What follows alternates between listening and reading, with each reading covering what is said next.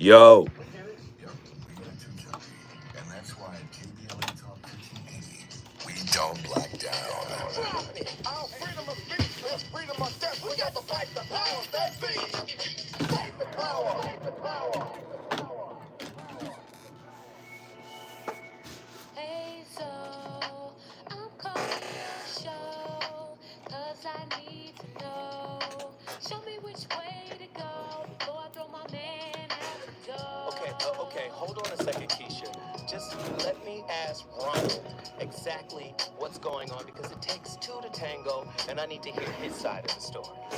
So she's driving me insane, cause stress heavy on my brain. He's playing silly games, and I'm about to bring the pain. We seem to fuss and fight every day. What up?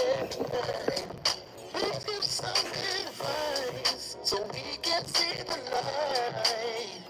See the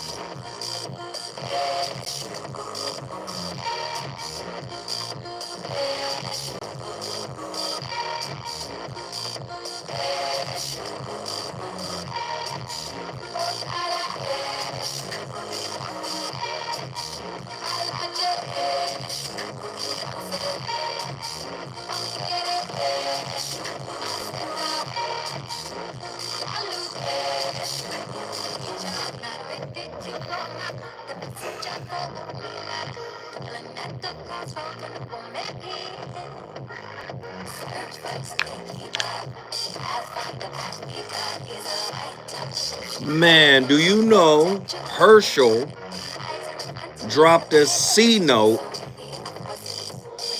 on the KBLA YouTube channel last night? I think he thought he was giving it to me, but he gave it to Tavis. But thank you, Herschel.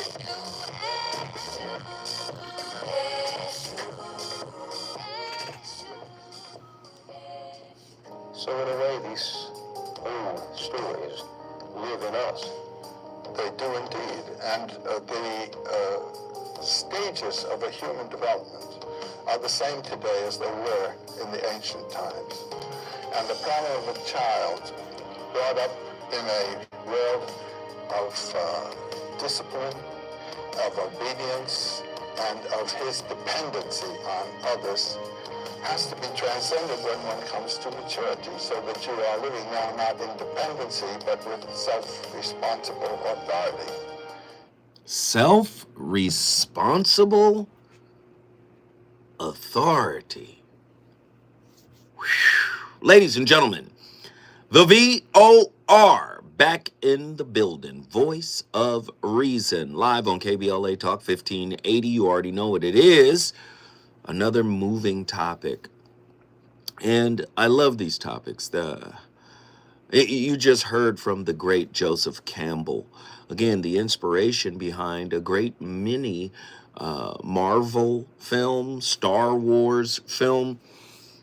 And I love these kinds of topics, especially tonight. But before I get to it, just know, Saturday, your brother Zoe Williams and the alpha male of comedy, Ray Grady, will be holding a live relationship roundtable at the Miracle Theater, where we will have clinicians versus comedians. Man, you cannot miss the the fireworks that are going to go down. I believe it's going to be very productive. I think it's going to be very insightful. This is where comedy meets connection. It's not really a versus. I'm just sensationalizing a bit, but you're going to get laughs, and you might even get some tears, because everything I do is designed to get that breakthrough, right?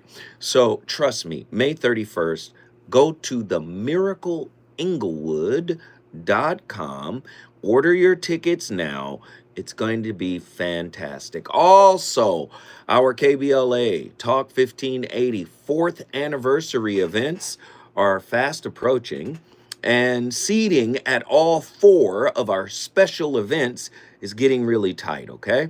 Have you registered at our KBLA.com website? If not, please allow me to encourage you to stop and do it right now, so you don't get left out. We really don't want you to get left out, okay? It's our 4th anniversary, and we want to celebrate it with you. If you are planning to join us for our 4th anniversary celebration and barbecue on the Juneteenth holiday, we're asking that everyone bring, you know, a food gift card or any amount for the victims of my hood, Altadena. Can we do that? You know, a food gift card or any amount, you know, for the victims of the Altadena fire. Grocery store chains or restaurants, whatever you can give, we're grateful, okay, for you bringing to help those families who are still displaced by the wildfires. So go to our KBLA1580.com website right now and sign up for the events you plan to attend. All of our anniversary events are free, but seating is limited and you must register. Okay? Thanks in advance. Let's get to the topic. Are you moving the relationship goalpost?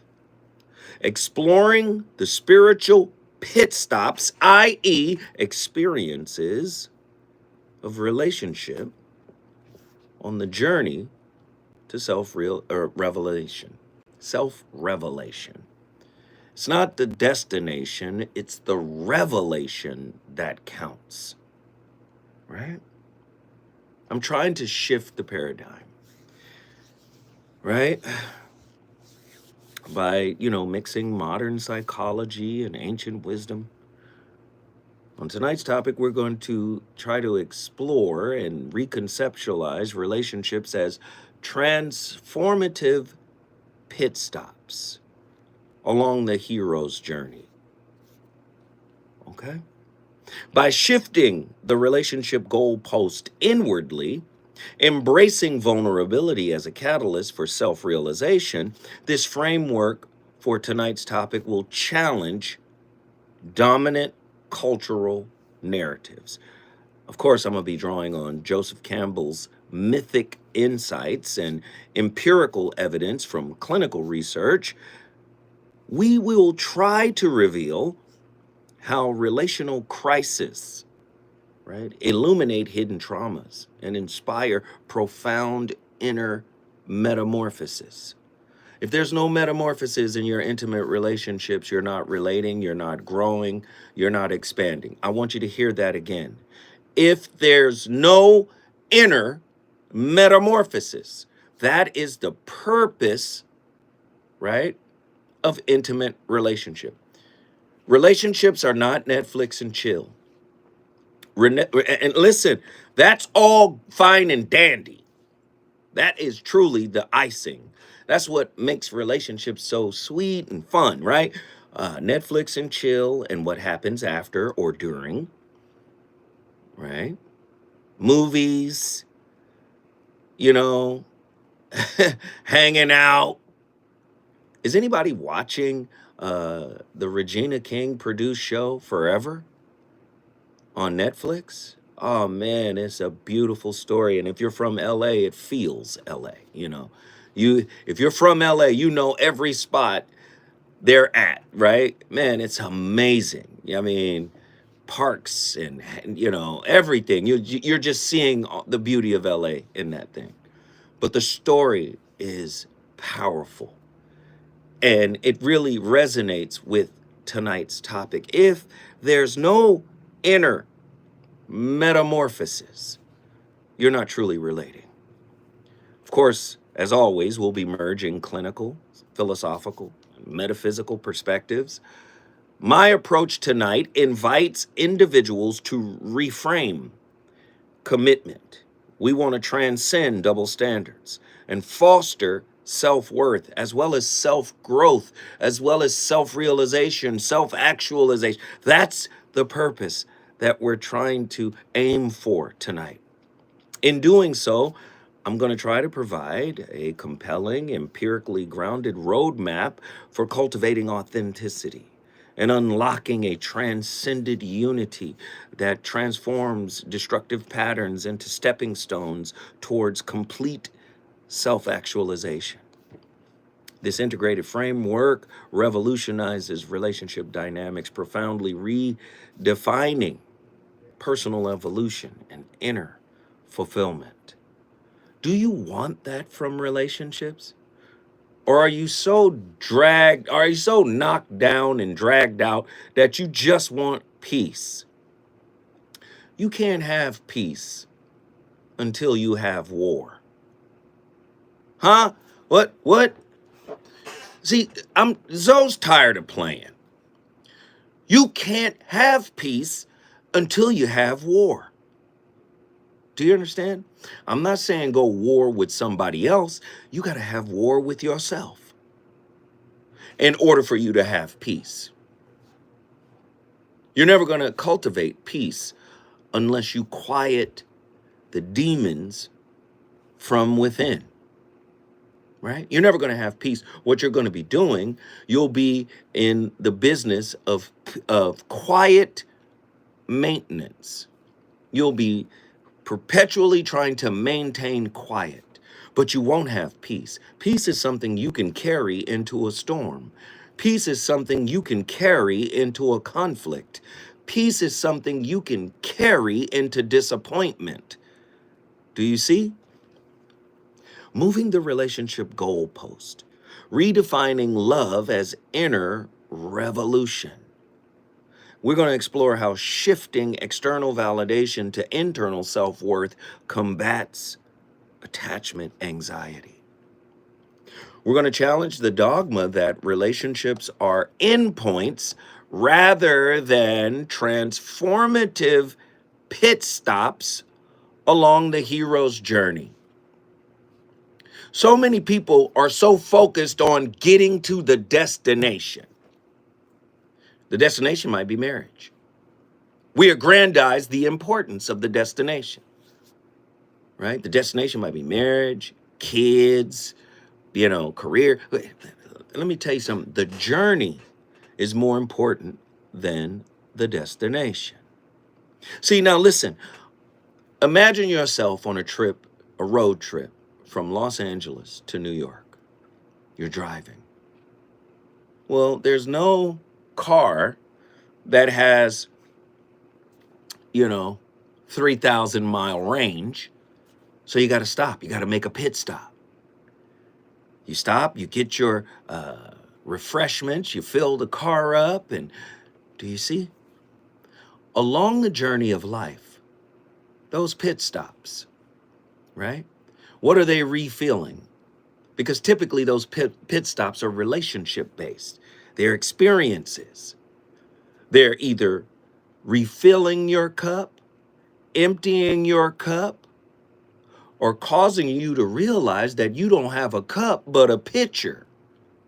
They're getting you to recognize what your capacity is and isn't. Do you see? Do you understand? These pit stops in life are very important. You meet mentors. You meet people who hurt you. You meet people who you hurt. And in all of this, there's lessons. You meet people where both of you guys hurt each other. There's lessons in all of these pit stops. But so many of us are trying to make a pit stop permanent. I don't know who I'm talking to. I don't know who that resonated with. But so many people I know are clinging to a pit stop when the pit stop was just a stepping stone towards your purpose. Beautiful work here. Right? I want you guys to learn this tonight. These topics are not for play, right? We're going to leverage attachment theory, research to illustrate neuroplastic changes prompted by deep intrapersonal challenges or interpersonal challenges, right? We want you to embrace tonight some of the spiritual ancient wisdom and meditation practices that might reveal relationship challenges as catalysts for soul awakening. Don't you want your relationship to awake your soul and not your attachment wounds? Them acting right is your wound standing behind your mouth. Don't be a wound puppet anymore. I need you to do this. I need you to perform this way. I need you to show up like this. Do you see? They're in your life to get you to disempower that wound. When I come forward, if you think I'm done setting this thing up, you have no idea. Are you in a relationship? Are you at a relationship pit stop right now? The voice of reason will find out when we come forward.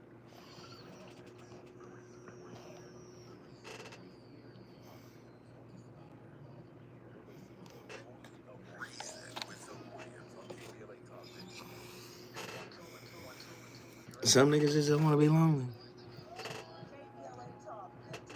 I love y'all. I love y'all. We got more likes than people. I love y'all. Attila, you like that setup?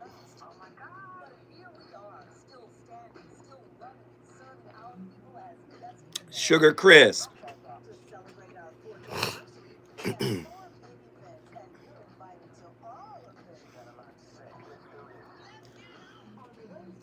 And do what up, what up, what up? You see how I'm framing this?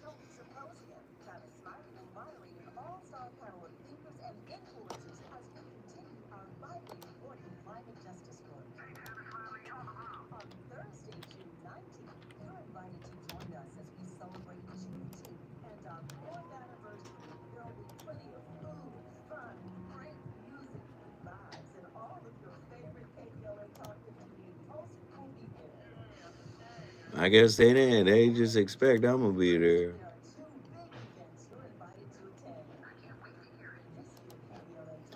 Hey, Davey Lee, what up, what up, what up, what up, what up, what up? What we on, y'all?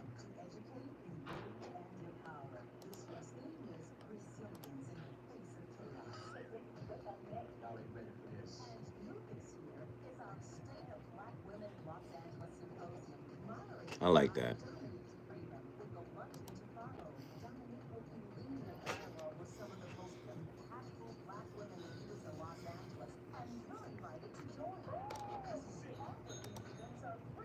I like that.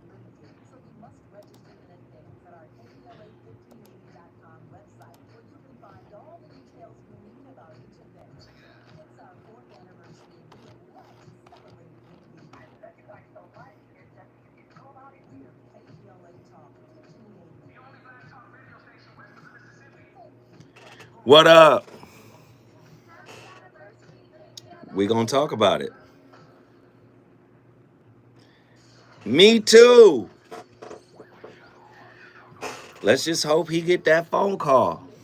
And even if he doesn't get that phone call, they know what he is. That's more than half the battle. They know. They like, no, no, no.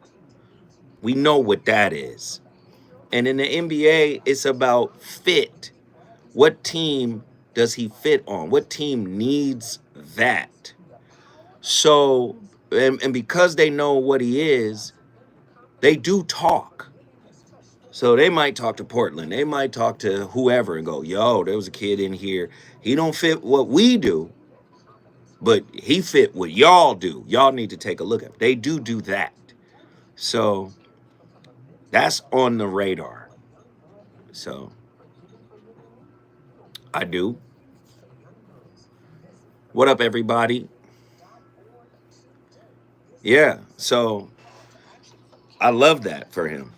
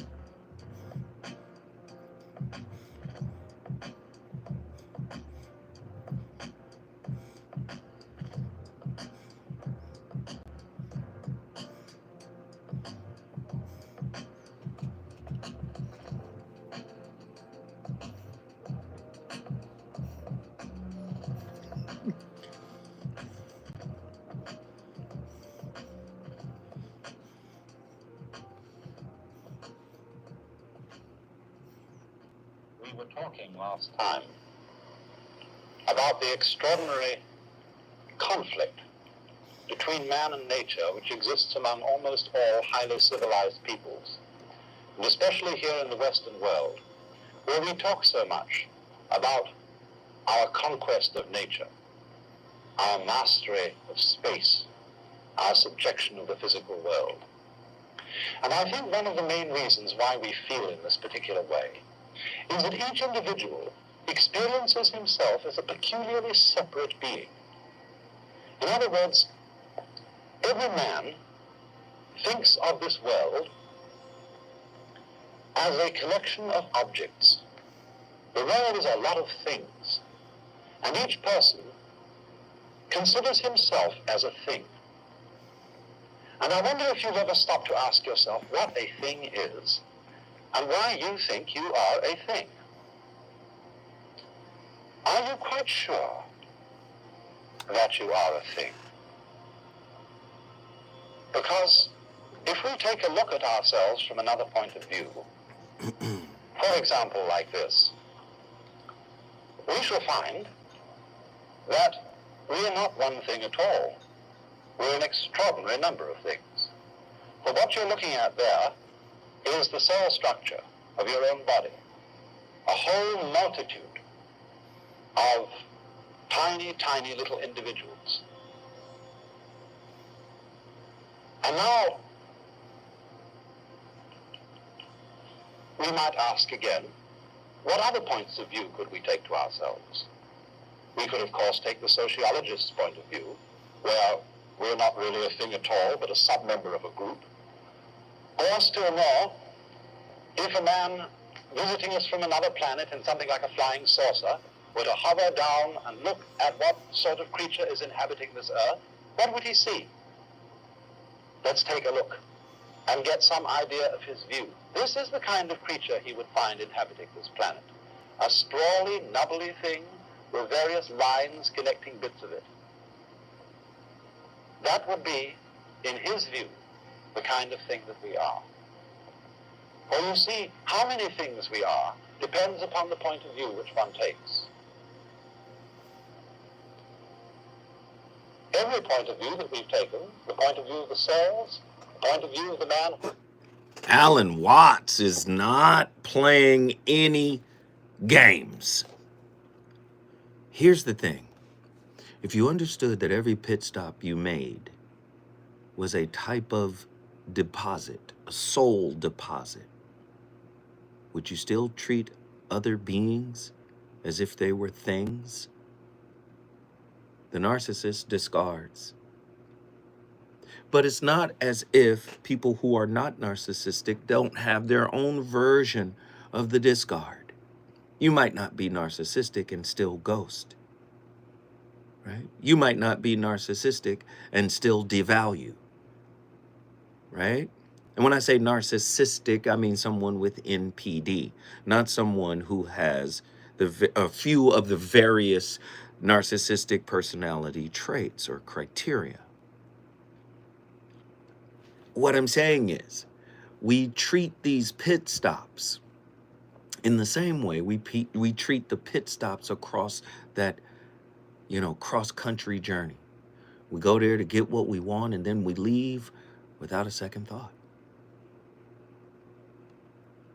We can't treat people like that. Sacrificial pit stops, leveraging relationship crisis for deep alchemy. If I knew that a relationship crisis led to personal, intrapersonal alchemy, I would respect the crisis more. We're not wired that way. We're wired to judge the crisis, label the crisis, condemn the crisis, run from the crisis. Do you see? I still want to illustrate how crisis can compel us towards the integration of the disassociated parts of ourselves, which could lead to improved self-acceptance and wholeness. Don't we want a whole self? That's a real question. Do we really want to be whole? Or do we think wholeness comes from union with another broken person? How does shifting the relationship goalpost from external validation to inner unity transform the journey of self-discovery? In what ways can intimate relationships serve as a mirror for unacknowledged trauma, and how might recognizing these reflections catalyze self-actualization? Can the process of self-realization be accelerated when we view each relational encounter as a sacred pause, a spiritual pit stop, instead of a transactional exchange? How might reframing commitment as an internal dialogue rather than an external agreement exchange or change the dynamics of love and attachment? Man, when we come forward, the voice of reason is going to the phone lines.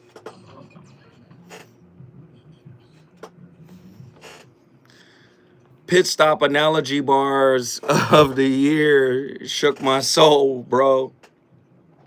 I hear you, man. Thank you. Nonsense wisdom and practical advice that actually works. Tackling the questions you're afraid to ask and giving you the answers you need to hear. You're inside the voice of reason with Phil Williams on KBLA Talk 1580. Hey, who's calling in tonight? Where my people at tonight? Where my people at? Where my people at tonight? Where my people at? What cities are we in across the country? I'm going to say it again, and I got to say it. I got to say it. On my day one, moderators, put your hand up. Just put a hand up. All the day ones, put your hand up. No disrespect to the day twos, threes, fours, 5, 10, 50s, 100s. Y'all, it's all family. But all the day ones who started at the beginning. All the day ones who started at the beginning. Put your hand up. Put your hand up. Put your hand up. I see Chicago. I see Dallas. Put your hand up. Because I got to say something to y'all, and it's important. Let me see those hands. Davy Lee, Arkansas. Let me see those hands. I'm calling out the cities because this is hella important. Wesley Z, I don't know where you from. Tell me where you from. San Bernardino in the building. I already see Pensacola, Florida in the building. I see Maryland in the building, right?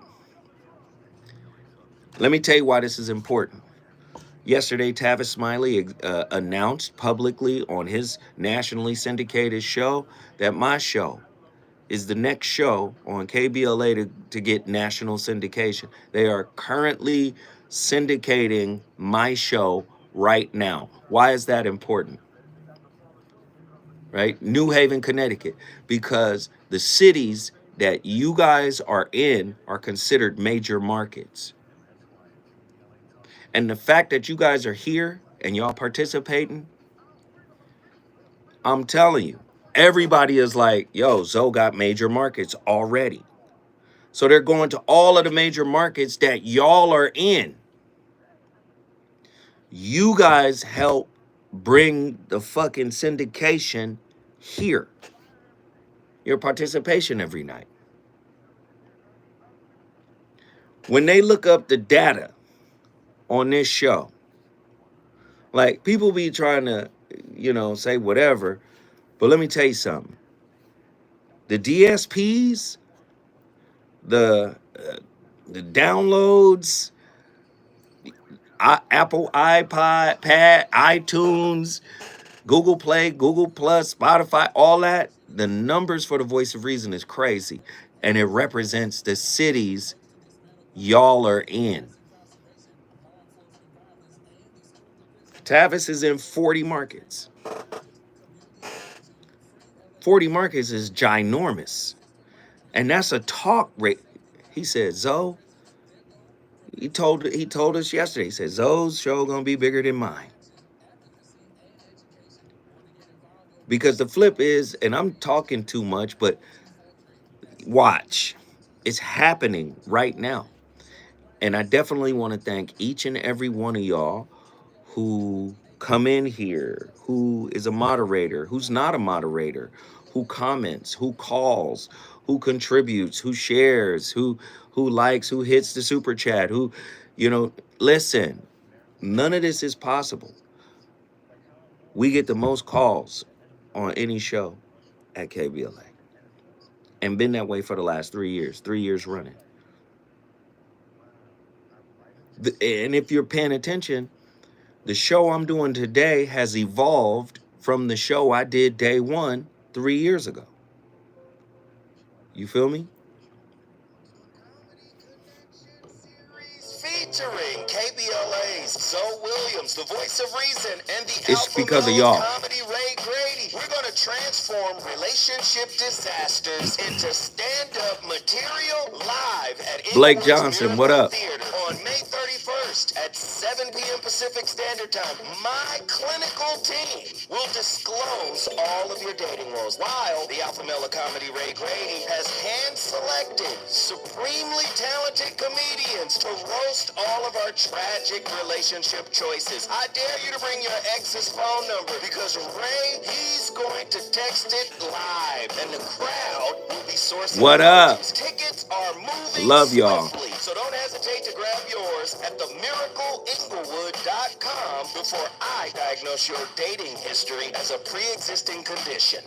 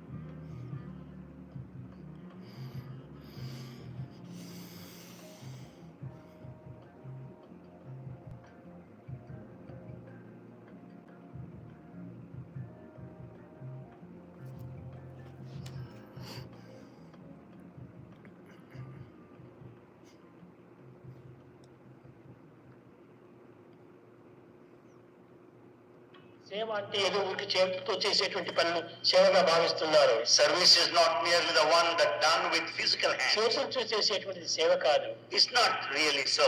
మాటలతో చేయవచ్చును. You can serve by good works, మనసుతో చేయవచ్చును. with the mind, భావంతో with చేయవచ్చును. your feelings. కానీ ఈ విధంగా శారీరక మానసిక ఆధ్యాత్మిక తంతుతో ఈ సేవను మనం చేయాలి. So at the physical level, mental level, also you can serve. కనుక చేతులతో కూడా సేవ చేయొచ్చు. You can serve with both of your hands. ఎవరైనా బిడ్డను ఎత్తుకొని వచ్చేస్తారు, ఇక్కడ ఏడుస్తుంటే వాడు నువ్వు కూడా జోకొట్టు. If you find the children crying, you can just help them in taking care of them. Chocolate ఉంటే ఆ చాక్లెట్ ఆ పిల్లలకి ఇచ్చేసేయి. If you got chocolate with you, you can give it to the child who is crying. అది గొప్ప సేవ. It's a big service. అది ఏదో చిన్న హెల్ప్ అనుకుంటాం మేము. Babysitting is a big service. It is service. ప్రమాణంలో చిన్నదిగా కనిపి. What is the great Sai Baba talking about? He's talking about the term I hit you guys with earlier this week, the Sanskrit term Siva, selfless service. Many of us are just self-serving. We're not participating in selfless service to ourselves or to our partners. We come to each other with begging bowls, psycho-spiritual begging bowls, and we're looking to be poured into, right? And we're also looking to sprinkle our partner with spritzes of encouragement. Yeah, I'll spritz you with a little, but you pour into me. Do you understand? I'm trying to tell you, you keep moving the relationship goalpost because you don't have a goal. You don't understand your purpose. Your purpose is to reach your highest self. Individuation is just the psychologist's way of saying self-realization, as the spiritualists might say. And what is the vehicle that gets us there? The vehicle is the mirror of relationship that allows us to see ourselves. This is why we did tonight's topic. Very important. Joseph Campbell's, right, monomyth. One day you have to leave your known, right? The purpose of leaving the known is to come back transformed, right? This is what the medieval myth was about with regard to slaying the dragon, right? The dragon represented a fear. You slay the dragon and then you taste his blood. The blood of the dragon transforms you into something else. You become bigger than the dragon. So life gives us a call to adventure, right? It's a type of disruption. Disruptions have been recontextualized as delays or blockages or setbacks. But really, disruptions are awakenings, right? And because we're so conditioned to our known, to our normal, even if it's toxic, we usually refuse life's call to adventure. But one day we might gain the courage and accept the call. Then we meet the first threshold, resistance and commitment, right? This is being in the belly of the whale. Jonah. Do you understand? Many of us don't want to be in Jonah's position. Jonah refused the call. Did he not? Like you do. I'm not getting in a relationship. I'm tired of the mess. Why I got to keep going through blah, blah, blah. They refusing the call. The pit stops across the country. We're on a cross-country journey, right? You're refusing the call. I'm not going to stop and get gas. I can make it to the next gas station, right? Do you see what I'm saying?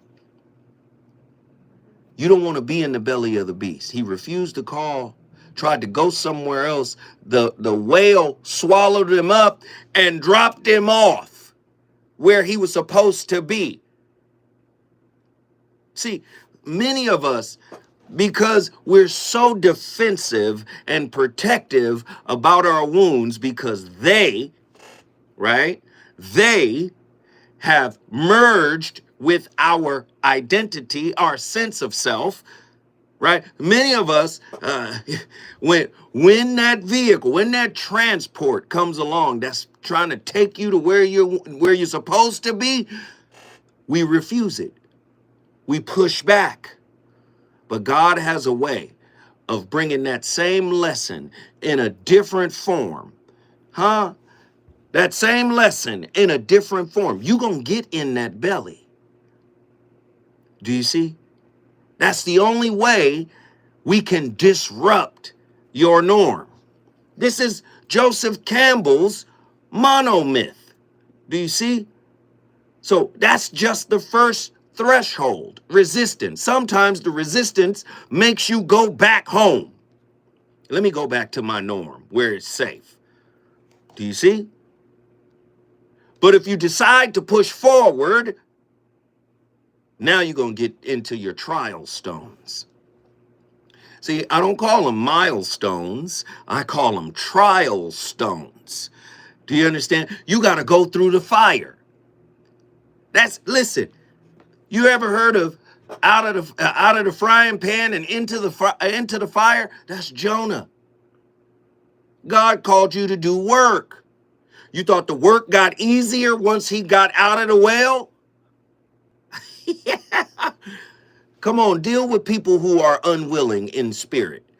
Try to convince people who are unwilling to hear the truth, to acknowledge the truth of themselves. Let me tell you something. There ain't no prophet, no messenger, right, can tell you a more profound truth than the lie you tell yourself that justifies you ignoring the ultimate truth within you. Oh, I know you're not ready for that, right? All a messenger of God does is hold up a mirror. Oh, the relationship. Oh, there it is again. The relationship as a mirror. The prophet comes and mirrors back to you your own inequity. Do you see?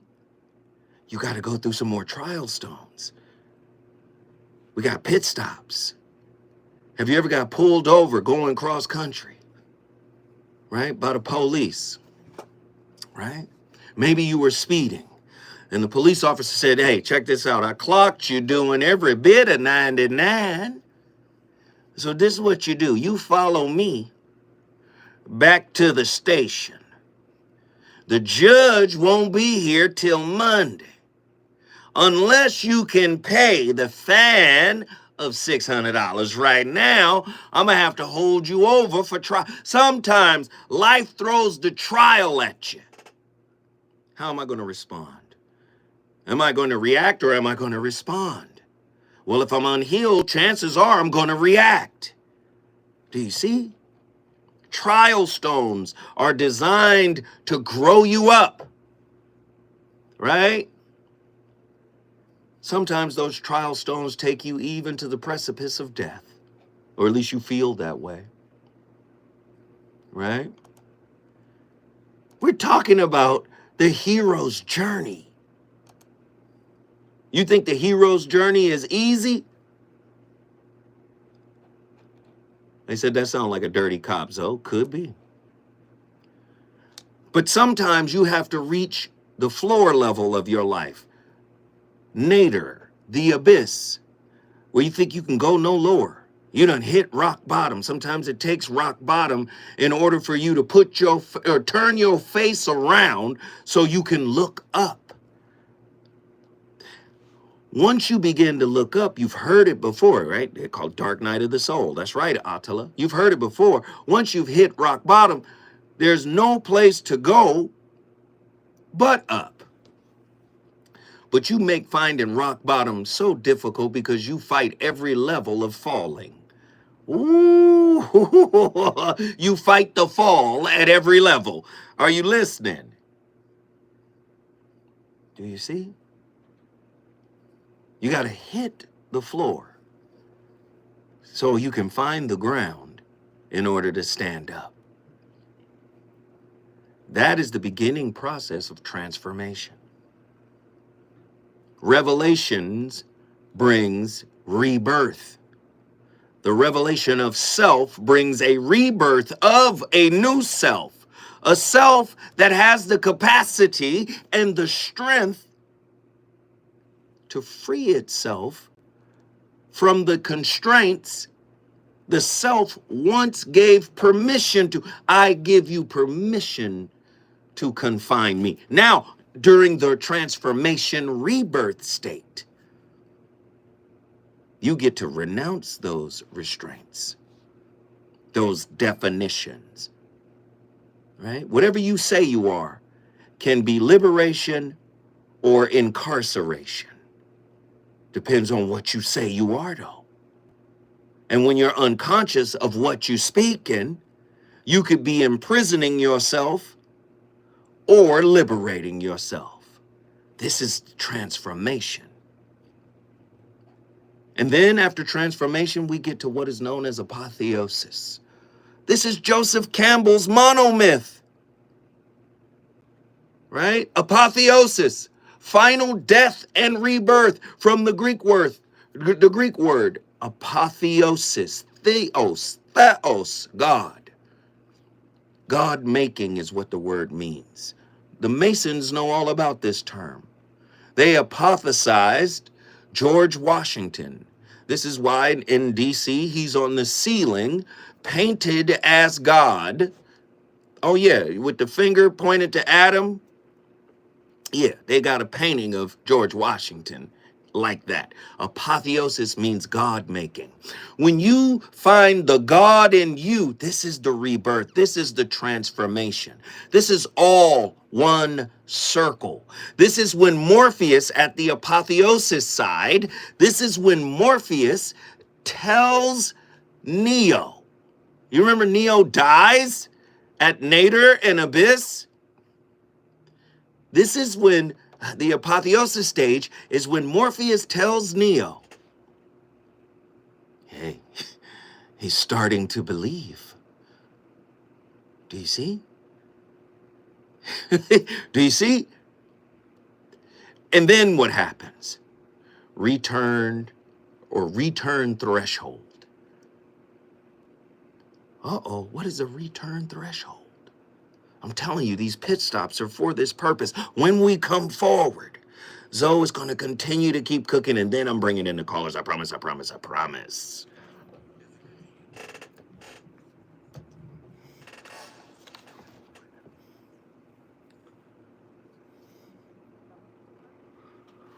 What up, y'all? Y'all enjoying tonight's topic? Listen, I'm setting the topic up crazy. Y'all should be calling in. Call in and let me know which stage are you at. The Wife School Podcast. What up, what up, what up?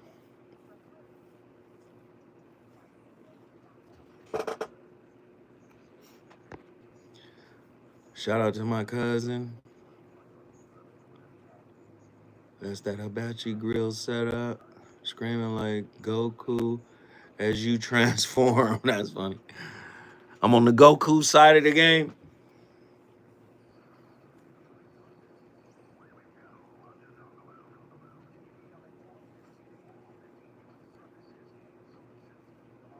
That's why I want you to call in and tell me, where are you? Where are you? I'm going to share where I'm at, and then I'm going to ask y'all to call in and tell me where you at.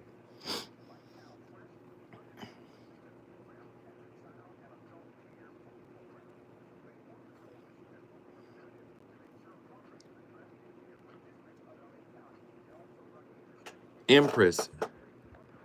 Getting it started. Thank you, love. Thank you. You know what? Thank you for doing that without me asking. Man, thank you, Empress. Thank you for doing that without me asking.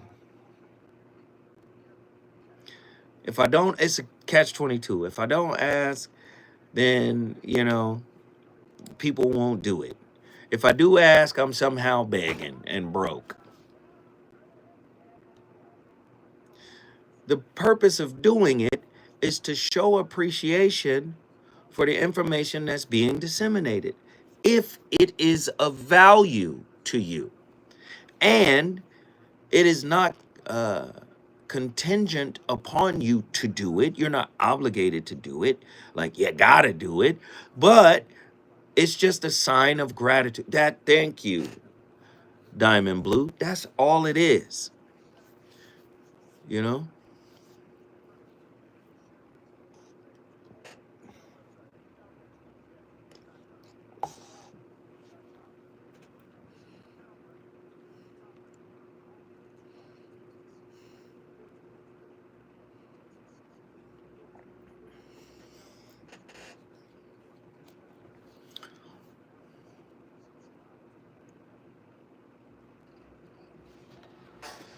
Atal, I got something to read to you. Thank you. Thank you.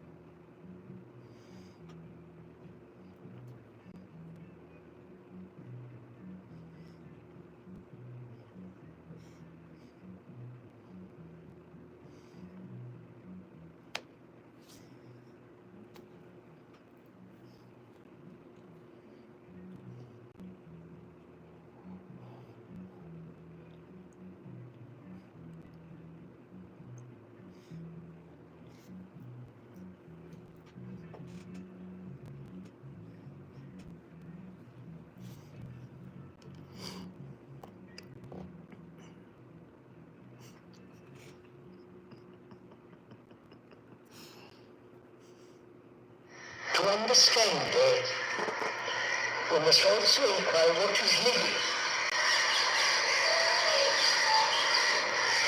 what is our life.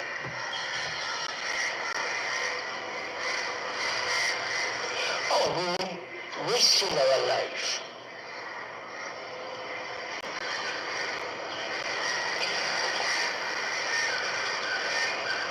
By that word wasting, dissipating our energies in various forms, dissipating by specialized professions.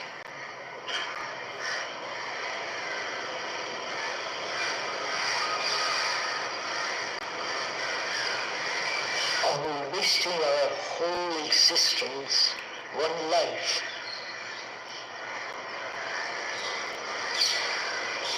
Are we wasting it? People who are rich, they say yes, we're accumulated them with great pleasure. Or if you have a certain talent. Man, Krishnamurti don't be playing, Andy. Andy looking at me like, there you go. Old Krishnamurti be slurring a little bit, but listen, the truth is still the truth. I'm breaking down Joseph Campbell's monomyth, his hero's journey diagram, and I'm about to tell you where I am personally on this diagram because it's apropos that Murti was talking about death and what is death and what is living. So to recap, the call to adventure, you're leaving your norm, your safe space, where you were raised, disruption and awakening. The first threshold, resistance and commitment. The third threshold, right? Road of trials, what I call trial stones, challenges and temptations. Then there's nadir, the abyss, supreme ordeal. How many can relate to going through a supreme ordeal, right? That's where Diddy is right now. Nader, the abyss, the supreme ordeal. Do you understand? That's your death. And then as you come out of that, you go into transformation. Revelation brings rebirth. Then apotheosis, final death and rebirth.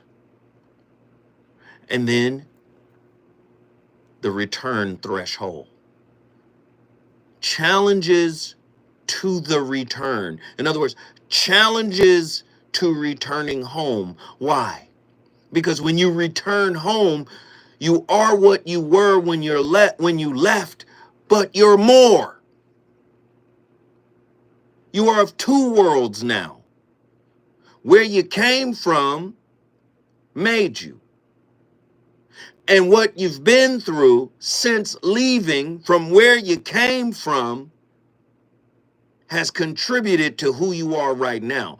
And for some people who haven't been through what you've been through, you might be unrecognizable when you return to your norm, when you return home.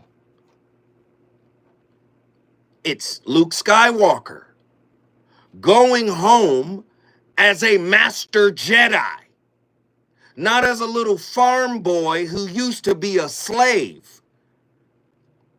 Used to be real dusty, picking out droids. He comes back in all black with the leather boots. Huh? With the green lightsaber. Oh, we never saw a green one until Luke stepped up. The most powerful Jedi of all time. See, sometimes the people from your known might resist you when you come back integrated with that other world.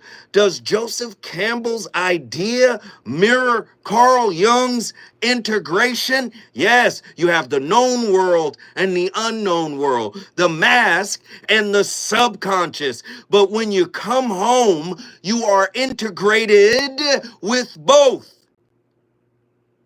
When we come forward, the voice of reason gonna keep this fire going. KBLA 1580 Santa Monica.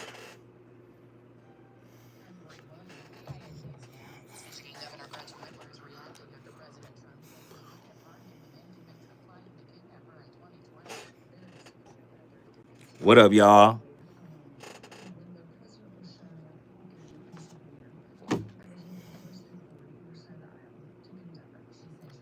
Is it making sense?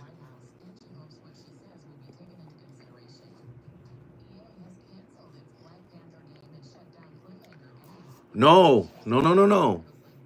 I got something to read to you. Not on the show.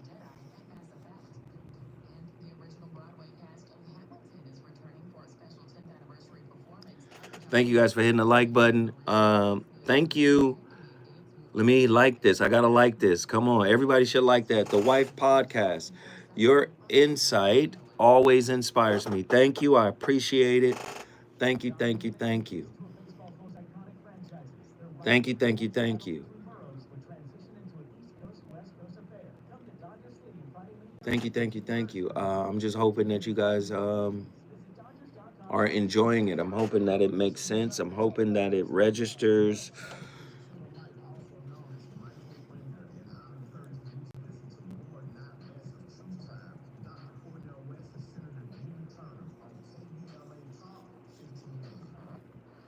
Empress, topic is fire. Thank you. Your relationship is in trouble, I'm the dude to call. Has your soulmate become your soulmate? Does black love still exist? What are your bedroom turnoffs? Fantasies and fetishes. Financial infidelity. I'm dating a fat person. Are they worth the wait? Trust me, this is going to be crazy. How about the heavy snack? The child wasn't here, and you still had to pay child support. It's a very heated topic. How is that right? Mama's baby, daddy's maybe. I just have so many questions I want to ask you. I was like, He told me he had a vasectomy. I'm pregnant. Betrayal has been committed. Hit you with a bad vibes routine. How does he maintain his pomposity? He likes it when it pinches my nip. Why can't you open up, brother? I'm a karate man. Karate man on the inside. They don't show their weaknesses. Yeah. How do you write women so well? So Williams, Reason and accountability. the voice of reason. At all. Well, I don't even think we can get into talking about waiting. I don't think you're in a waiting season until you start that preparation process, until you start that work that it takes to be waiting for your future spouse. Just being single doesn't mean you're waiting. You know? That's a good way to put that. It's not. That's why a lot of people sometimes, they're like, God, I've been waiting for like 5 years for this marriage, and you know, you're not doing anything and this and that. And you know, God is like, no, you've been single for 4.5 years, but you've been waiting for 6 months. Wow. Because that waiting time is, when you're waiting, it actually takes a lot of work. It's like a lot of preparation. Working on yourself, Exactly. your relationship with the Lord. Exactly. So that's why I was asking, like, when did you start waiting? Because that point where you start waiting is usually the time where you got close to God, where you actually submitted that relationship, or you submitted that future relationship to God, and that's when your waiting season starts, when you start to fast and pray, and you know, that's the waiting season. So I would say for me then, of the 2 years we were broken up, my waiting season started after a year, because that first 6 months was me kind of trying to reconnect with the Lord, and then that next 6 months I spent in a relationship I wasn't supposed to be in, and then when that relationship ended and I fully surrendered everything to the Lord, and I started a fast shortly after that, where I was fasting from men and relationships in general, and I was just focusing 100% on my relationship. What about the people who mistake their own understanding for God's understanding? They'll recontextualize their own understanding as God's instruction. What about them people? See, don't play with God. Let me tell you something. Don't play with God. Okay? God, whether you like it or not, loves you so much. If God was willing to kill his own son, you think God ain't willing to put you in the most difficult position you could be in so you can grow spiritually? You still got your life. God will put you in the most difficult space so that you can recognize what is yours to claim and recultivate and recontextualize. It's not like God is asking for your life. God is saying, get on the hero's journey. But so many people will speak for God using their own, what I want and how I want this to be, and will flip it around and say, this is what God told me. No, that's what your ego told you. That's what your narcissism told you. That's what your unrequited childhood wounds told you. That's what your lack of self-knowledge told you. God didn't tell you that. You think God wants you to have honey and bread and milk and all of the finer things of life that was supposed to be reserved for heaven. Well, if I give it to you in trial stone school, how are you going to understand its worth in heaven? Sometimes you got to go through hell while you're in hell. So when you've earned your way out of hell, you'll be able to appreciate what heaven is really about. You want all of the gifts of heaven here in hell. Hell. What is the Hebrew word for hell? Sheol. What does Sheol mean? School. Hell is school. That's why it hurts. I know you ain't ready for this work tonight, but this is what Zoe Williams is on. This is what I'm on. Everybody want the soft life while in hell. If I ain't never heard of cognitive dissonance, that's a huge contradiction all the way around, ain't it?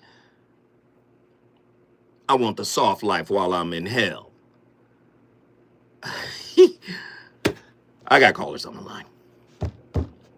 Let's get my niece in here. I'll tell her from Houston, Texas. What are your thoughts on tonight's topic? Hey, yo,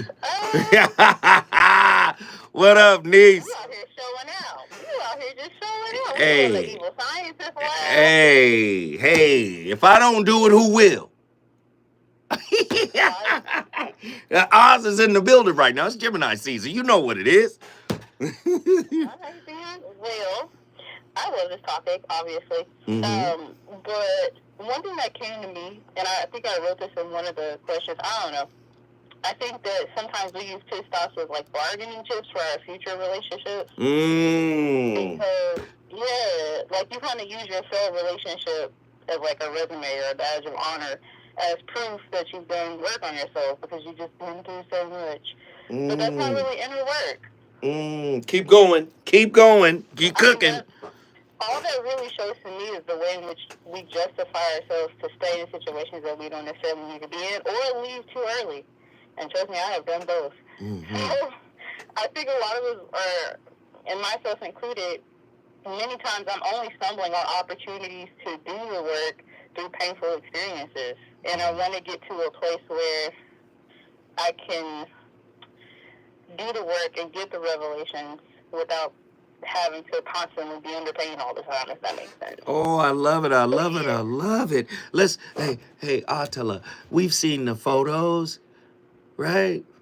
You shouldn't be able to go to Bali and get on an elephant if you're not individuated. I don't want to see you petting a tiger in Bali. Listen, I have the marlins of the flowers and stuff, and they look all peaceful and just have so much light. And I'm just thinking to myself, like, you got so much light, but you still hate black people, though. That's interesting. Ooh. But that's a whole nother conversation. In the same way that we can have these mind-altering, amazing experiences with people in dating, and it's just such a great first date, and a week later it's over. I wonder why that is. Do you see what I'm saying? You want to go to the temple, but you don't know how to bring the temple with you to the temple. Do you see? If we had any sense, we'd know it's within. In the same way that we go to church expecting light to be given to us, right? Like, Christ was very clear. He said, I will give you living water so that you never thirst again. Say it again. Right? One more time. Where my organs, brother? What? Say, what did Christ say?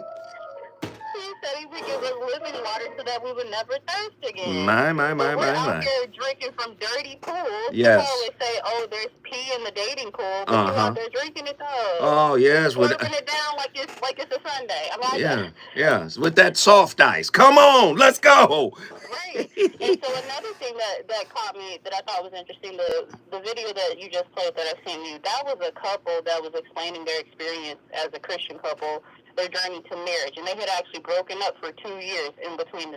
Anyway, so what I thought was interesting about their situation, it sounded like Christianese to me. I'm sorry for the Christians. Christianese, is that a language that is filtered through Christianity? Talk to me about Christianese. Like a whole set of holy words to show that, hey, we dated, we did it, we made it, and we didn't break God's laws. It's a way to have that coded church Sunday language so that everything that you do is still holy, but, there's an undercurrent, underlying words of real worldness there, right? Real world stuff, that worldly stuff they don't want to talk about, but Christianese it up so that it still sounds holy. So it's easily digestible to the listener. They'll understand where I'm coming. Oh, come on, I'm with you. Yeah, but again, when we're talking about journeys to relationships or journeys through relationships, like I find it interesting that we only speak from the standpoint of I either A, got what I wanted, or B, did not get what I want. Rarely are we really speaking through the turmoil that's happening like in between that time of either yes, getting what you want, or B, not getting what you want. Because the turmoil that's in between that time is where the real growth is. That's the soil of your inner work, of your growth. But, we don't want to really kill the soil. We kind of just want to, push it to the side and then hope that we come up with flowers later. Like, it doesn't work like that. So that's an interesting point about it's about getting what you want. Do you think we prioritize getting what we want, getting what we desire, over becoming who we were meant to be? I definitely have. I can't speak for everybody else, but I definitely have, and it created stagnancy. I can tell you that. Unfortunately, I think by the time you have the revelation that you've done that is what you've done, that you have been more concerned about what you could get out of a situation versus the journey to becoming a better you. Like, number one, you're probably already removed from the situation by the time you have the revelation. But number two, you've also gone through a lot of pain that probably was unnecessary. My. So, My. yeah. We need a praise break. We need a praise break for Sister Attila. Lord, Lord, Lord, Lord, Lord, Lord, Lord. My. Thank you, Sister Attila. The doors of the church are open. Ushers, I said open the door, not close the door this time. Open the door, ushers. Attila, guess what you just did? How about Houston in the building? Houston, Texas, H-Town is in the building. If you want to bring your city to the building, all you got to do is call me at 1-800-920-1580 when I come forward. The voice of reason going to keep this bonfire going. Great call.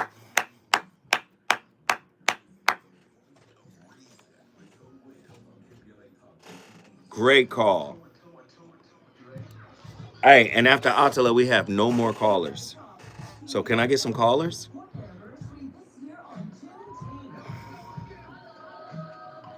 Can I get some more callers? Reverend L. Ratchet.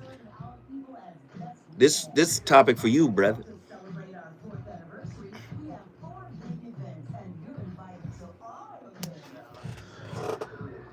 This call for you, brother. You got to get on, brother. Who else?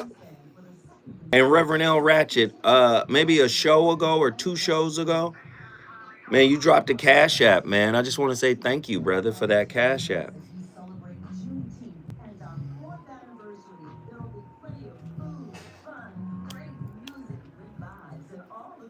I appreciate it.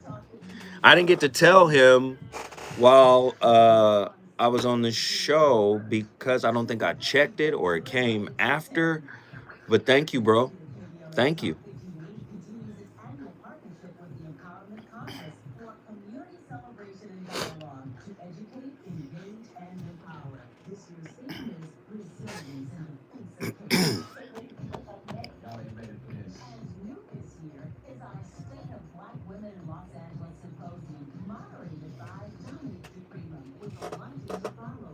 Bubbles to the surface. We see the public crash out.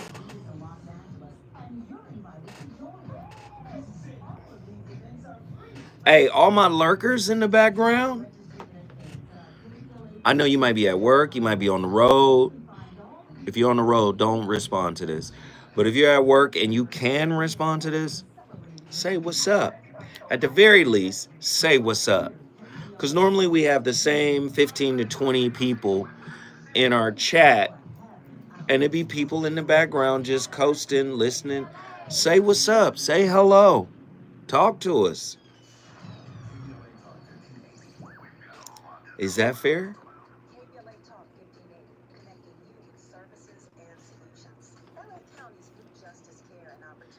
Tiffany Coleman, we appreciate it, Tiffany. Good evening. And a good evening to you too, Ms. Coleman.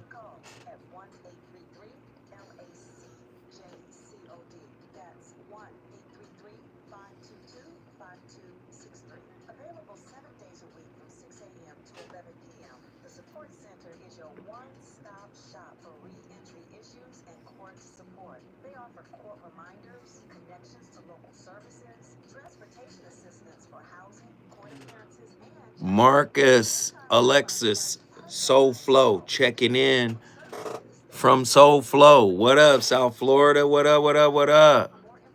Zoe with the city of dope. Zoe with the city of dope topic. Yee. You already know what it is.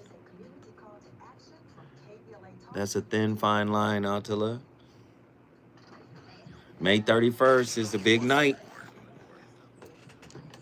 Mm-hmm.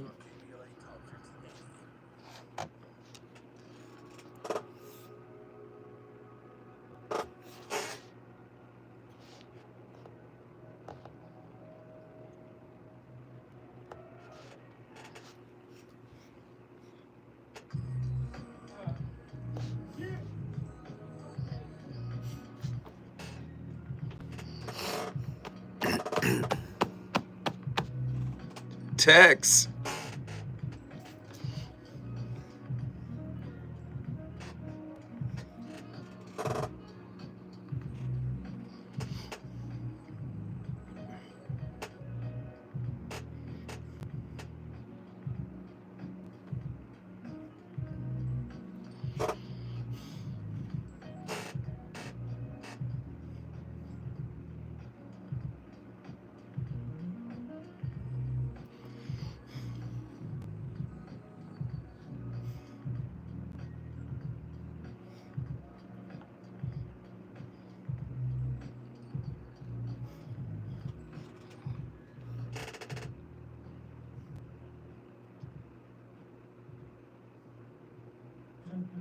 That's the spiritual aspect of marriage. It's the fact that you have to contend with someone under all sorts of circumstances. Theoretically, is a, what would you say? It's a manner of promoting psychological, or you could say spiritual growth, and it's genuine. You know, that's why marriage is a sacrament in most human communities, right? It's stamped both by the state and by the sacred authorities. Wait. Pause that and rewind it. Because people, listen, he's speaking so fast that you might not catch it. Marriage is an environment for spiritual growth. Marriage is relationships. I need you to understand that. It's a relationship. Now, it's a, listen, man, it is a self-crucible. So many people are enamored with the Disney iteration of it.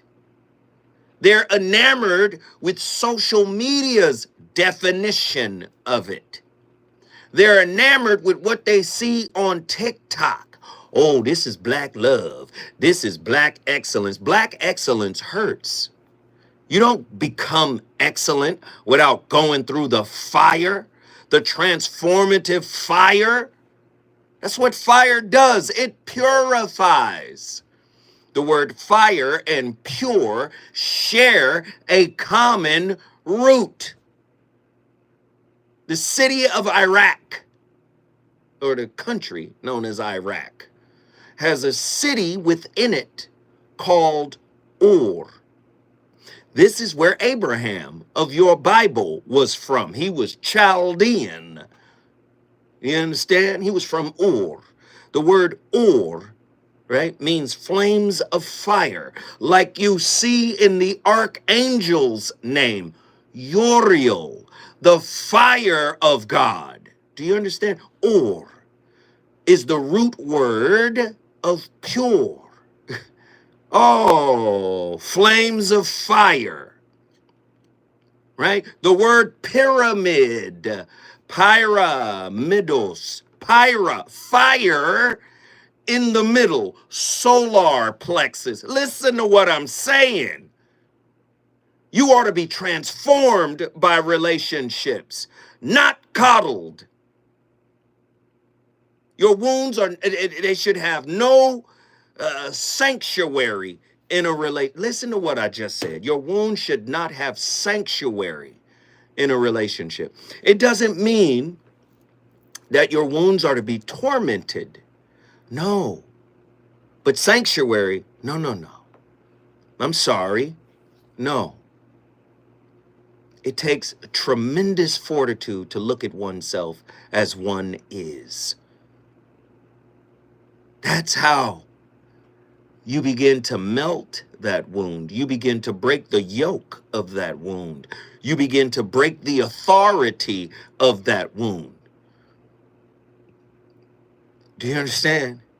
There are dark principalities that are in operation within you that should be under your dominion. I know you ain't, I know people don't want to hear it put that way. You hear people say, the devil is busy. The devil in you, Krishnamurti, the enemy is you, not the other. It's easy to blame. Maybe it's easier to blame than it is to claim. Oh, gosh. In an era that venerates relationships as the apex of personal fulfillment, we risk mistaking interpersonal connection for the end game of self-realization. Go ahead, Andy, finish playing that clip. I got to hear it from the top again. Let's go. So that's the spiritual aspect of marriage. It's the fact that you have to contend with someone under all sorts of circumstances. Theoretically, is what would you say? It's a manner of promoting psychological, or you could say spiritual growth, and it's genuine. You know, that's why marriage is a sacrament in most human communities, right? It's stamped both by the state and by the sacred authorities, because it's not just a physiological union. That's what animals do. And I mean, there's nothing wrong with the physiological union, but it has to be placed in the context of everything else a human being is. And I do think it's dreadful for people not to have that. So, aren't you tired of dating the devil within? Huh? You treat your inner devil, right? Like it's a prom date. You done gave it a corsage. Huh? You take pictures with your devil. You treat your devil like you're supposed to treat your soulmate. I know you don't want to hear it put that way. Then you have conditions for your soulmate when they show up. Don't irritate my devil, because that's the real relationship I'm in. How do you demand that somebody capitulate to your expectations when you've capitulated to the demon within you? It only becomes a demon and hellfire when you refuse to acknowledge it, when you refuse to claim it. That's how you tame the fire within, is claiming it as yours. That's individuation, right? I'll say it again. In an era that venerates relationships as the apex of personal fulfillment, we risk mistaking interpersonal connection for the end game of self-realization. To start the topic over, it's not, listen to what I'm saying, the destination, it is the revelation. What is being revealed?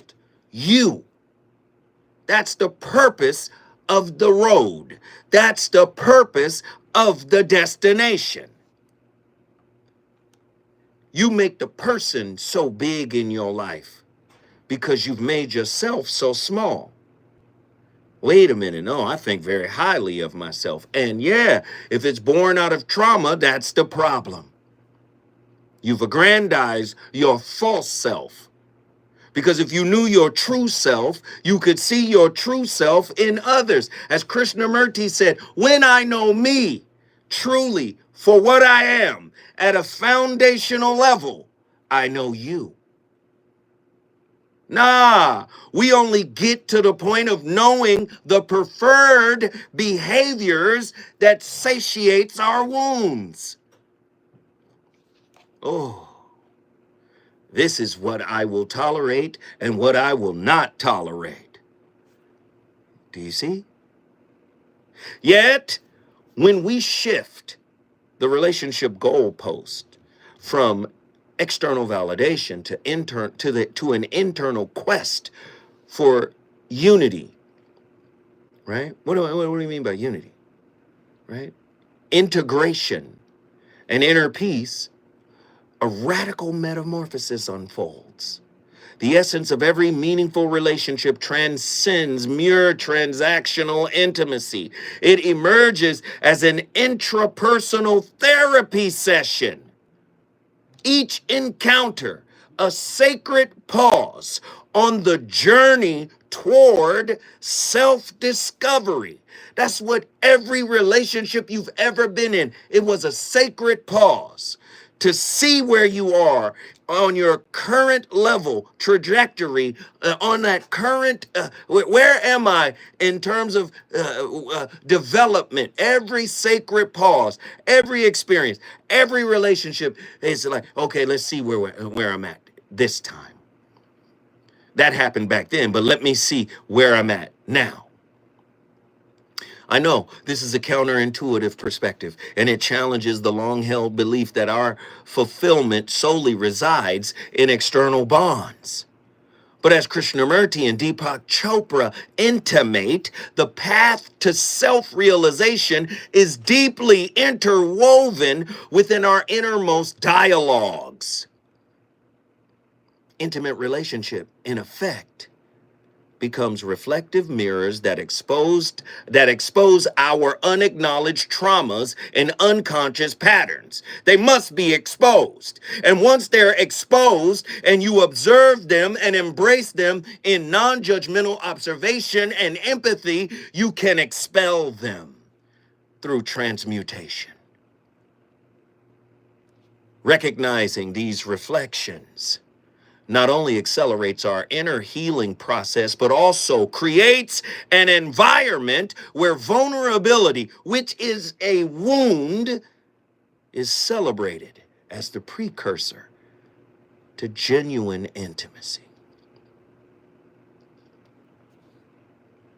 When we come forward, because I know you need a moment to marinate. When we come forward, the voice of reason gonna keep this fire going.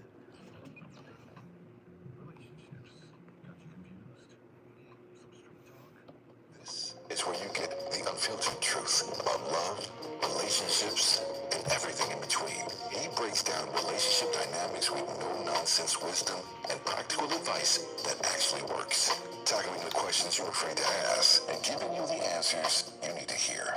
You're inside the voice of reason with Phil Williams on KBLA Talk 1580. Does it make sense?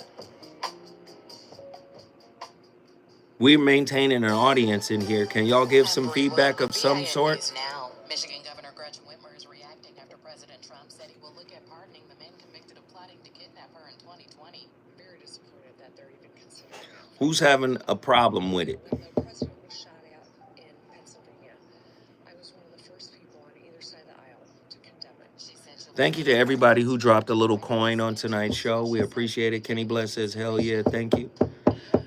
Empress says, indeed, it is making sense. Nzinga says, makes sense.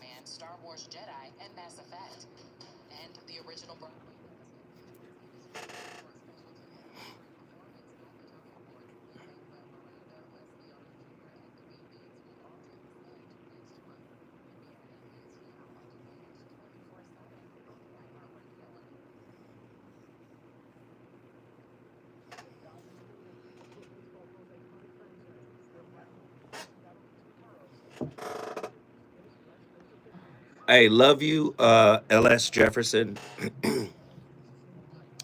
LS Jefferson just sent us our first and only Cash App of the night. LS Jefferson, thank you. I hope to see you on Saturday, LS.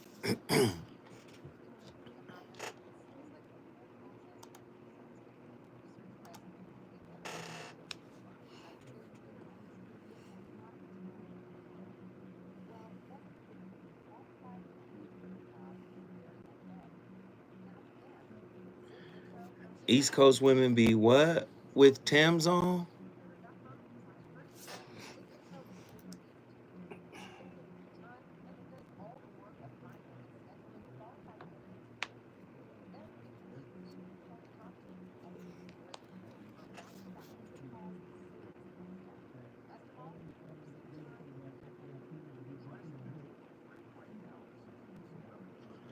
Andy.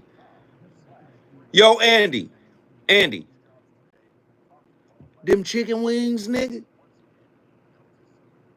Not sharing them chicken wings? Andy said, I can't share these chicken wings, dog.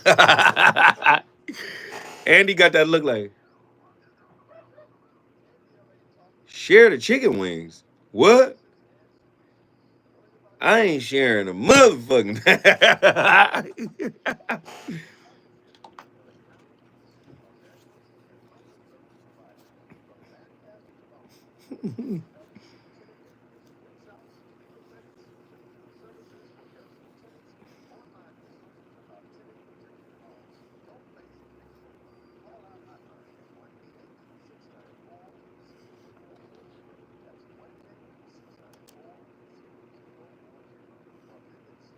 Who was that? Reverend L, you got to call back, bro.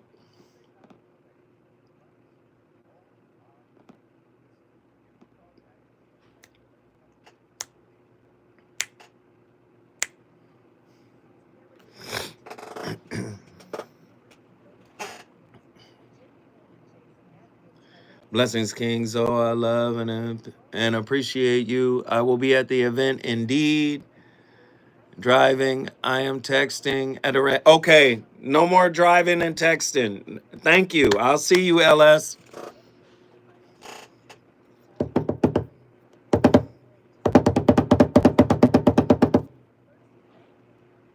Blessings.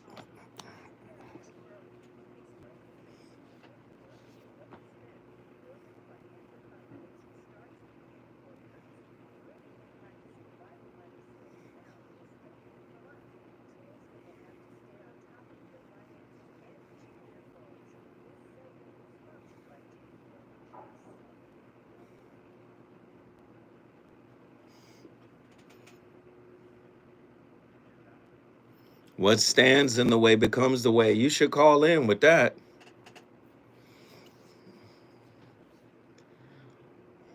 Hell yeah. That's bars.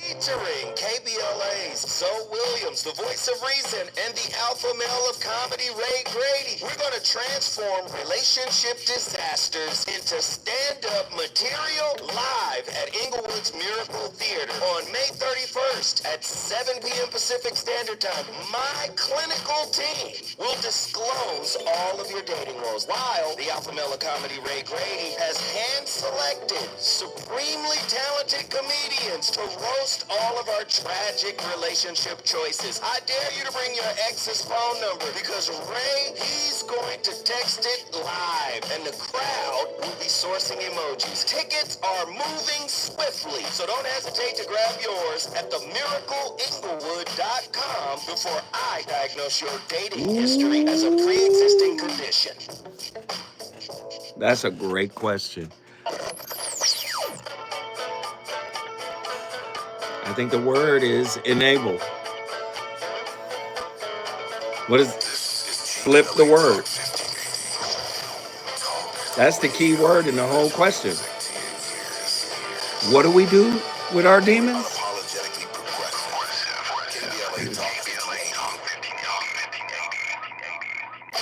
You're listening to the voice of reason with the Williams. Only on KBLA Talk 1580.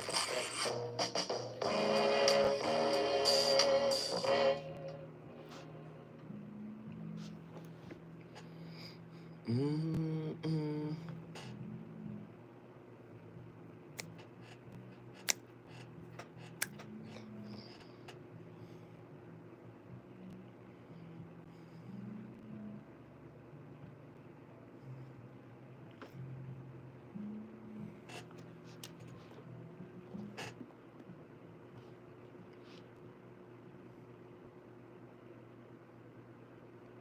Peak experience, the mystic experience, the oceanic feeling. Feelings of limitless horizons opening up to the vision, the feeling of being simultaneously more powerful and more helpless than one ever was before, the feeling of great ecstasy and wonder and awe, the loss of placing in time and space with, and finally the conviction that something extremely important and valuable has happened. It's a very good thing for a person. magic moments in an article I read today, they were called. Well, there is some history here, which I think would be of interest. In my subjects at first, what I stumbled across, this I wasn't looking for, were what I had to call mystic experiences. There were reports of such experiences.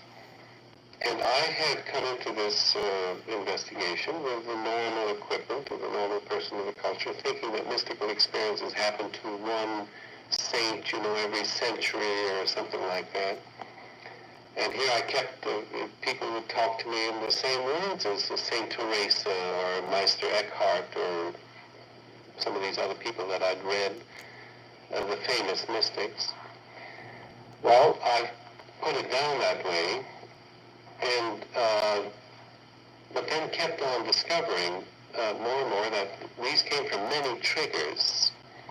They came from all kinds of sources, from the love experience or the being on top of a mountain, or just being taken over by music, or somebody going along a seashore and then just going into this state. And I had to generalize it. And furthermore, I had to strip it of its traditionally, historically religious, specifically religious meaning, because it turned out not to be. The peak experiences came from many, many things, many triggers. Once I tried to generalize them as anything that comes close to perfection. An experience of perfection will produce a peak experience. Whether in athletics, in one of my subjects, a young man breaking through with a ball into an open field and then running down the field and reporting in the same words that ancient mystics had used. This was in 1700s. Man, the relationship as the crucible that could help you experience your peak self. Many people see relationship and peak experiences as multiple orgasms or having an orgasmic experience simultaneously together. We were at our peak then, babe. Relationships are designed to take you to your peak, and it's not comfortable. Relationships are self-crucibles. I know you don't want to hear it put that way, but I don't give a damn. I'm not afraid of you. As Bernie Mac would say, I ain't scared of none of y'all. Hey, let me get my brother in here real quick. Reverend L from Dallas, Texas. Rev Mel, Texas is in the building tonight. What are your thoughts on tonight's topic, my friend? Man, I've been all over the place, brother. I've been thinking about what you said and just trying to acknowledge it and whatnot. For putting it to my own perspective. Because again, and we talk about this. Even when I call in, I hear other people talk about it. When you want to make those changes, it gets ugly. It gets dark. Yeah. That when you want to get ready to make those changes for yourself, you got to acknowledge those demons. You got to acknowledge those things, and when you acknowledge them, so that's my point of what I want to just make a little small point about that. Mm-hmm. So when there's so many stages to it, to these demons and devils that we claim, and sometimes we acknowledge them, but that doesn't mean that any work is done. We just acknowledge it. Oh, I'm a messed up person. I'm a bad person. I do this. I do that. And when we're with that person in a relationship, we just stop at the surface. Mm-hmm. You've acknowledged that, okay, you're a bad person. You've done things. We all have. But what are you doing to adjust and change that behavior? Well, stay with me. Stay with me. Mm-hmm. In the exorcism rites, you got to name that demon. In order to disarm that demon, you got to name it. Now, speaking on your demon and not naming it, where it came from. See, many people will talk about that demon. Oh, I'm a bad person. I'm this, I'm that. But if I ask you to peel that back and say, where did that come from? And when you got to say, whatever happened in my early childhood, whoever harmed me, when you got to retell it, that's naming it. That's different. You understand what I'm saying? Yeah, I understand what you're saying. I Okay. understand, and that's where again we see that person, we see the surface of that person, and instead of peeling back those layers and seeing what got them to become the person that they are, we good with just the surface of it. Because When you again, make a, wait, you're making great points. Because again, I'm going back to your initial point when they say I'm this kind of person, I'm that kind of person. That's just a person who has made peace with their unhealed self. They haven't done the work, but they have done the work in trying to make other people conform to who they have capitulated to from within. Meaning, this is how I am, this is what it is. If you're going to deal with me, you got to deal with that. You know those kind of people I'm talking about, Reverend. You understand what I'm saying? But somebody who's really trying to crack that code, they're going to get comfortable with being uncomfortable, reliving the creation of that wound. Go ahead. so that's so getting uncomfortable to make those adjustments and make those changes. A lot of, and I just see it as a whole, a lot of people are afraid to take that journey Sure. with the person that they so-called care about. Sure. Because it gets ugly. It gets ugly. Sometimes I'm not going to be the caring and considerate type person because I'm having some issues I'm dealing with myself. But are you willing enough to go through the storms, the real storms of wanting to be with this person or even trying to become better for yourself? A lot of people want to grow. They want to wear them same clothes. I'm walking right with you. Same clothes. I'm walking right with you because you're making great points. I'm going to tell you right now, it's not worth going through a storm with you if you're not willing, right, to do that internal work. Now, if you want me to just ride out your behavior and, this too shall pass kind of thing, I'm not up for that. If you say, walk with me through my process as I unburden myself of these things, then I'm with you. Yeah. So also, what you just said right there. Think about this. I'm gonna put a time frame on it. I'm gonna give you 6 months. I'm gonna give you 3 months. I'm gonna give you a year. It doesn't work that way. These are things that happen before your watch, and you're trying to help that person get to that journey along with yourself, because you still gotta work with yourself on certain things. And I think that's where a lot of times we look at it as like, I'm gonna give this person this long. It's like you mentioned earlier in the months about seasons, the seasons that we go through, and sometimes people they leave before their season comes, and then they got to start the healing process all over again. Stop right there because you're cooking, and I got to give context. Man, first off, just because people spiritualize the wording. Oh, this is my season and this season, and I'm out of that season. Let me tell you something. Technology has crept into spirituality. So a season is based on the convenience that technology has brought to our lives. Ooh, I know people don't want to hear it that way. Oh, wait a minute. What you don't understand about healing is there is no time limit. There is no time, because don't nobody know when they're going to get over something. But because technology is fully integrated into our lives, we put people on a healing schedule. We put people on an understanding schedule. That's because that's technology's effect. Computation has sped up. And what is technology for in our lives? It's for convenience. It's to make life easier. So now we apply the technological framing around relationships. Let me tell you something about spiritual commitment. Commitment means I am committed to the process. Oh, Zoe, are you saying stay in a toxic situation? No. I'm not telling you to stay with somebody that's abusive, somebody that is narcissistic, somebody that refuses to heal. But if somebody comes to you and sincerely and earnestly says, I'm on the treadmill of me and I'm not going to get off until I can help us make a better we, man, these type of people are very hard to come by. Does that make sense, Reverend? Oh yeah, definitely.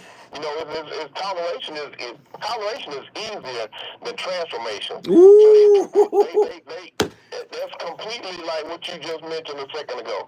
Are you willing to go through this journey with me? Are you willing to go through these type of things along with fixing myself and working with you? Do you have the patience to go through that? And a lot of people, they tolerate that. They tolerate, yeah, I'll go ahead and go through it. But time something doesn't go their way. A time something that they feel like the time, like you said, technology. Technology has put a clock on us. Ooh, Like, come on. I need to be married by this time. I need to be in a relationship. I need to have this. I need to have that. Man, that's not your time. Like, and speed up your seasons. It's only 4 seasons. But if you really look at it, people put 4, 5, 6, 7 seasons at one time, and now you're out of whack. You're completely out of whack, and you starting back over, and you bringing those same demons, air quotations, you bringing those demons and devils into the next relationship, thinking that the next person's going to fix you, or it's going to be better over here, and it's not. Because guess what? You're the problem. And you refuse to sit in your own self and get in that dark, nasty place and see why these men keep leaving me. Why this woman keeps stealing from me? Why am I going through all these different things? Why am I going through these storms when you're creating your own storm yourself? Come on, man. Come on. Hey, brother. You know I ain't got nothing but love for you, man. I've been missing you, brother. You done came in here and tore this thing down, man. Do me a favor. Let me know what you just did. Man, big Dallas, Texas in the building. Come on, Dallas, Texas is in the house. Listen, I love it. I love it. I love it. I love it when we come forward. Guess where we going? We going down to the sticks.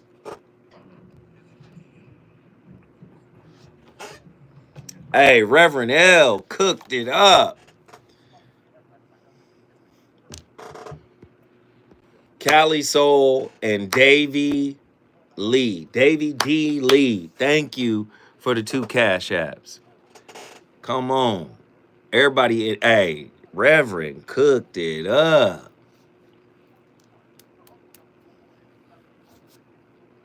And just that quick, the show is over.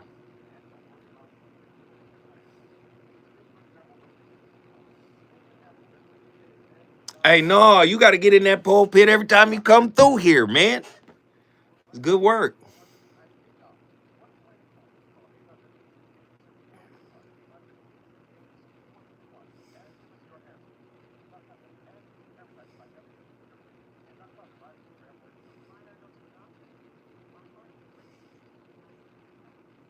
Inflammatory disease. Ah. I love that.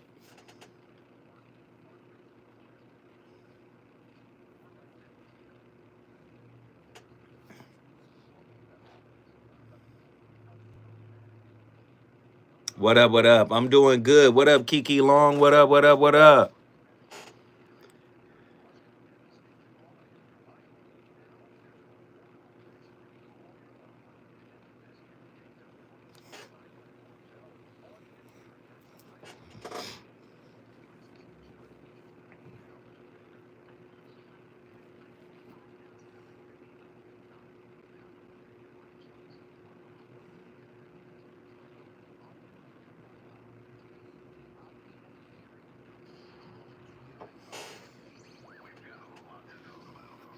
Imagine a Los Angeles where everyone can thrive, where communities have access to the resources they need to succeed. That's the vision of Detours Mentoring Group, Inc. They're dedicated to Ooh, devils be smelling like everything you touched outside. spaces for community engagement, But they also be smelling like the rarest ouds. Don't get that twisted. they're working toward an education system that's well-resourced, Don't miss that. becoming a hub for artists and innovators, and making sure everyone has access to healthy food, quality Don't miss that.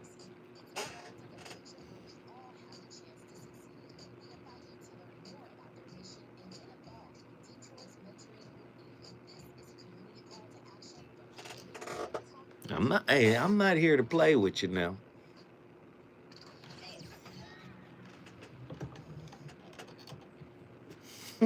Oh, that's a topic.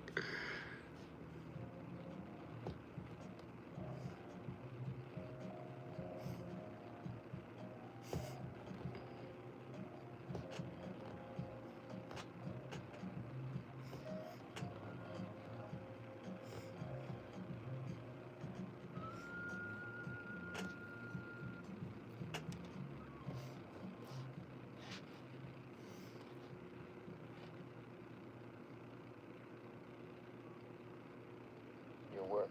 You quote Nietzsche quite a bit. His line, "He who has a why to live for can bear almost any how." What do you think he meant by that? What do I think? What do you think he meant by that?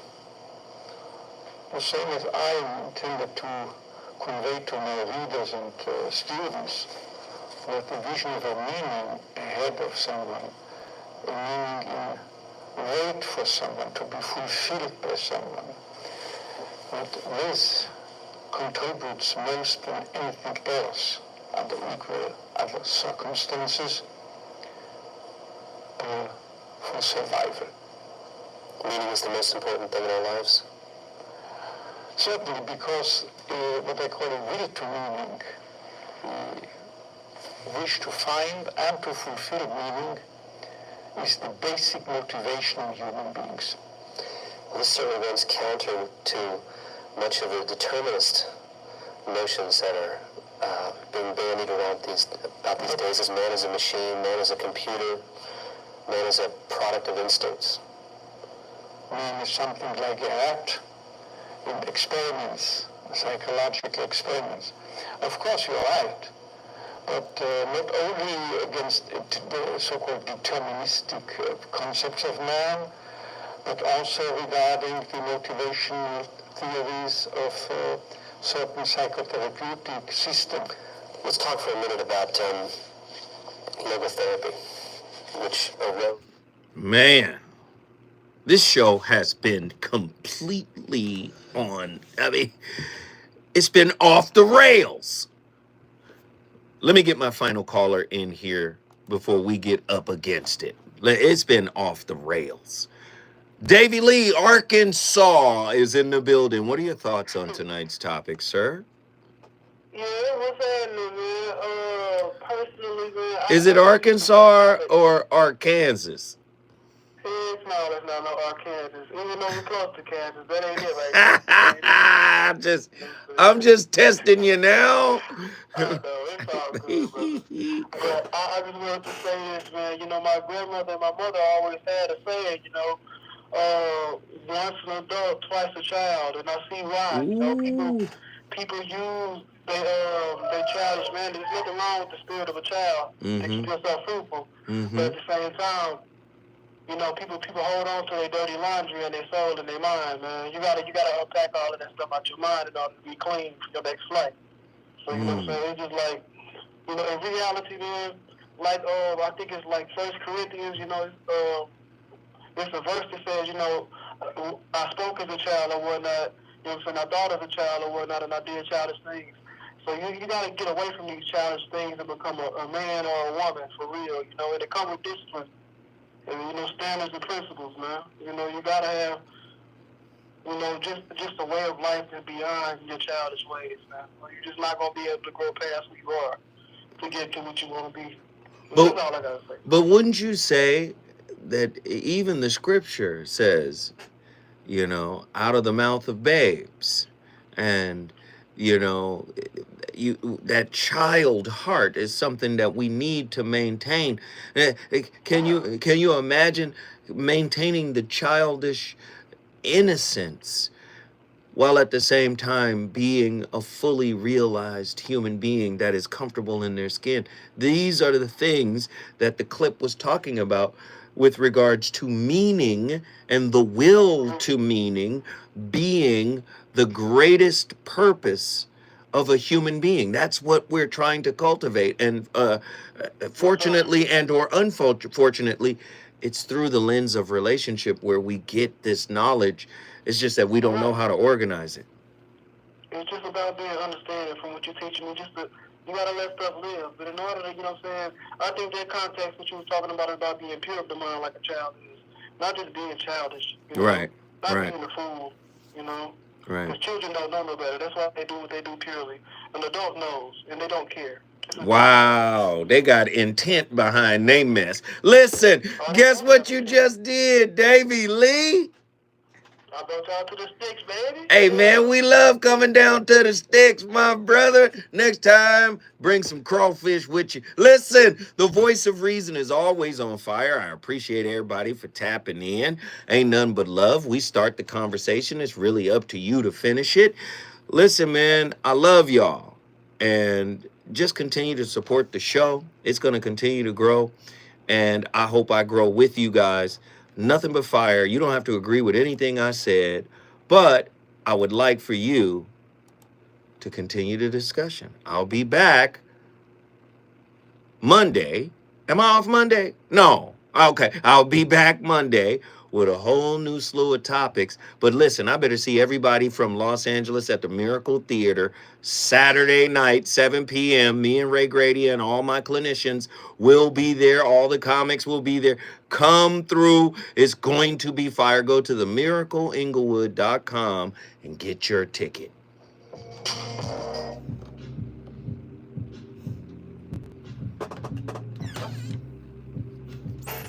Thank you guys. Love y'all. Appreciate y'all for hanging in there with me, man. Love y'all. Love y'all. Appreciate y'all.